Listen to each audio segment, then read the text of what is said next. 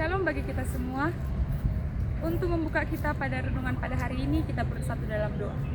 Terima kasih Bapa atas berkat yang Kau berikan kepada kami sehingga kami dapat berkumpul di sini. Tuhan, sebentar lagi kami akan mendengarkan firman-Mu. Berkati hamba-Mu yang akan menyampaikan firman. Berkati juga hati dan pikiran kami sehingga kami dapat melakukan sesuai dengan kehendak. Terpujilah nama-Mu kini dan selama-lamanya. Amin. Saudara-saudari yang dikasihi dalam Kristus Yesus, naskah khotbah kita pada minggu ke-13 setelah Trinitatis tertulis dalam Evangelium Lukas pasal yang ke-15 ayat 11 sampai 32. Namun saya hanya membacakannya pada ayat ke-20. Beginilah firman Tuhan. Lalu bangkitlah ia dan pergi kepada ayahnya. Ketika ia masih jauh, ayahnya telah melihatnya. Lalu tergeraklah hatinya oleh belas kasihan. Ayahnya berlari menemui dia, lalu merangkul dan mencium dia. Demikianlah firman Tuhan. Saudara-saudari yang dikasihi dalam Kristus Yesus, apakah kita mendengar sebuah lagu yang menyanyikan "Pulanglah anakku, Bapa rindu berseru, pulanglah hai anakku, ada ampun Bapa bagimu." Seharusnya kita tidak asing dengan lirik atau syair yang ada dalam lagu ini, di mana syair yang terdapat dalam lagu ini yang dapat menjelaskan dengan jelas bagaimana isi dari Lukas pasal yang ke-15 ayat 11 sampai 32 ini. Dari kisah perumpamaan ini bukan hanya sekedar seorang anak yang hilang dan kemudian merindukan bapaknya, namun bagaimana kegirangan seorang ayah akan penantian kepulangan anak-anaknya. Dalam perikop ini Bapa digambarkan sebagai Yesus Kristus yang mampu menerima kembali, yang mampu mengasihi kembali orang yang telah berdosa dan orang yang berbalik kepadanya. Saudara-saudari yang dikasihi dalam Kristus Yesus, secara khusus Injil Lukas ini selalu menonjolkan dan bagaimana perhatian Allah kepada orang yang berdosa, bagaimana kasih Allah kepada orang yang berdosa. Lukas juga sering memperlihatkan bagaimana Allah mencari orang yang telah hilang. Ketika ia menemukannya, ia kemudian memberikan kasih setianya kepada orang yang berdosa. Dalam pasal 15 ini, Yesus menyampaikan 3 perumpamaan tentang sesuatu yang hilang, namun kemudian dapat kembali pulang.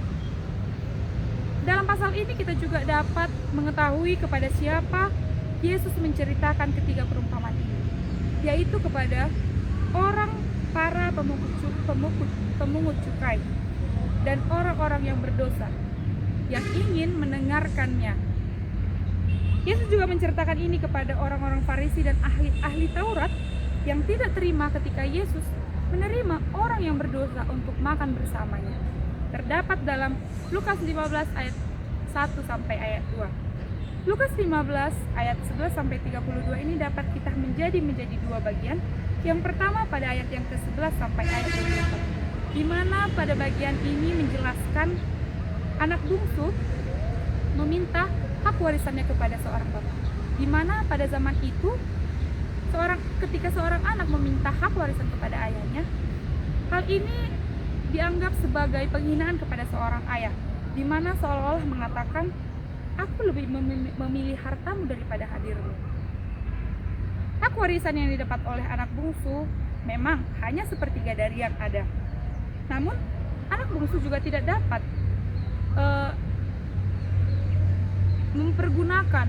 memakai hak warisan yang telah didapatnya. Justru, bahkan dia pergi ke negeri yang jauh untuk menghambur-hamburkan hak warisannya. Perikop ini atau perumpamaan ini dibuka dengan tanda kecongkakan seorang anak yang jahat dalam diri anak bungsu, juga keinginannya untuk meninggalkan keluarganya, terutama terkhusus untuk ayahnya. Ketika anak bungsu itu sibuk dengan penghamburan hak warisannya, kekayaannya, dia tidak sadar bahwa hak warisannya telah habis, telah hangus semuanya. Kemudian ketika dia berada di negeri yang jauh dengan segala penderitaannya, tidak ada seorang pun yang dapat menolong dia, yang mau menolong dia. bahkan untuk sesuap nasi saja mereka tidak mau memberikannya kepada anak bungsu. Dengan rasa nyesal, dengan rasa gelisah, dia memutuskan untuk kembali kepada Bapa. Namun tidak sebagai seorang anak, namun sebagai seorang hamba yang dibayar atau yang diberikan upah oleh seorang bapa. Saudara-saudari yang dikasihi dalam Kristus Yesus, ini menggambarkan realita dosa yang selalu menjauhkan manusia dari sukacita yang sejati, namun membawa ke dalam kehancuran. Tetapi pengakuan dosa dan kerendahan hati dapat membukakan pintu anugerah bagi kita. Seperti halnya Daud yang mengatakan, "Dosaku kuberitakan kepadamu, dan kesalahanku tidaklah kusembunyikan.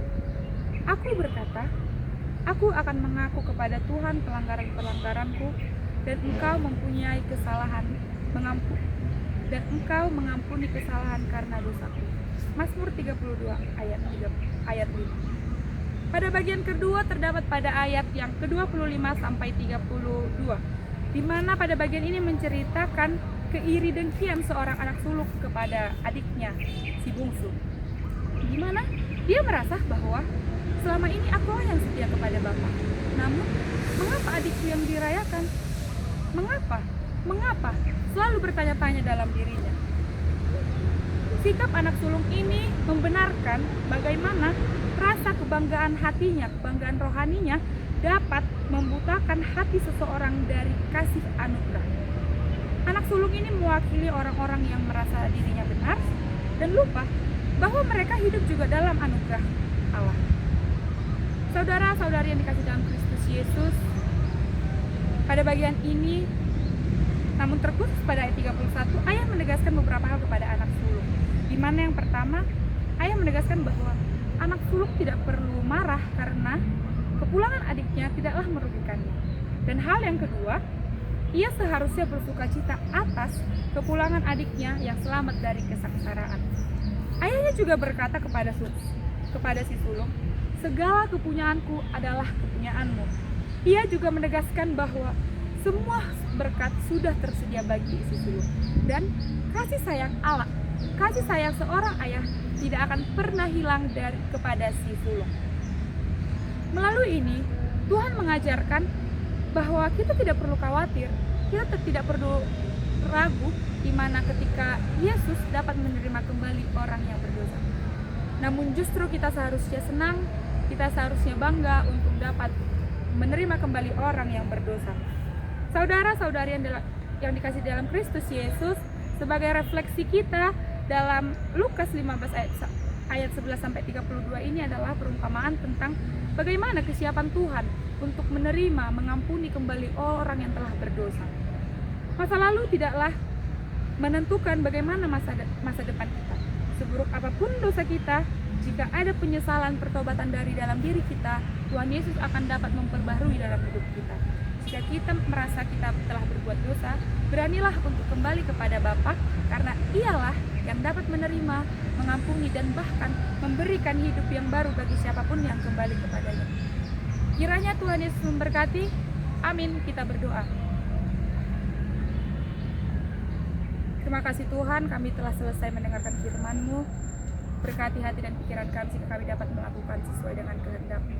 Tuhan berkati kami sehingga kami dapat menjadi orang yang sadar akan kesalahan kami dan berani untuk mengakukan kesalahan kami terhadap-Mu. Dan yang Kau selalu berkati setiap langkah hidup kami, Kau yang sertai. Terpujilah nama-Mu kini dan selama-lamanya. Amin.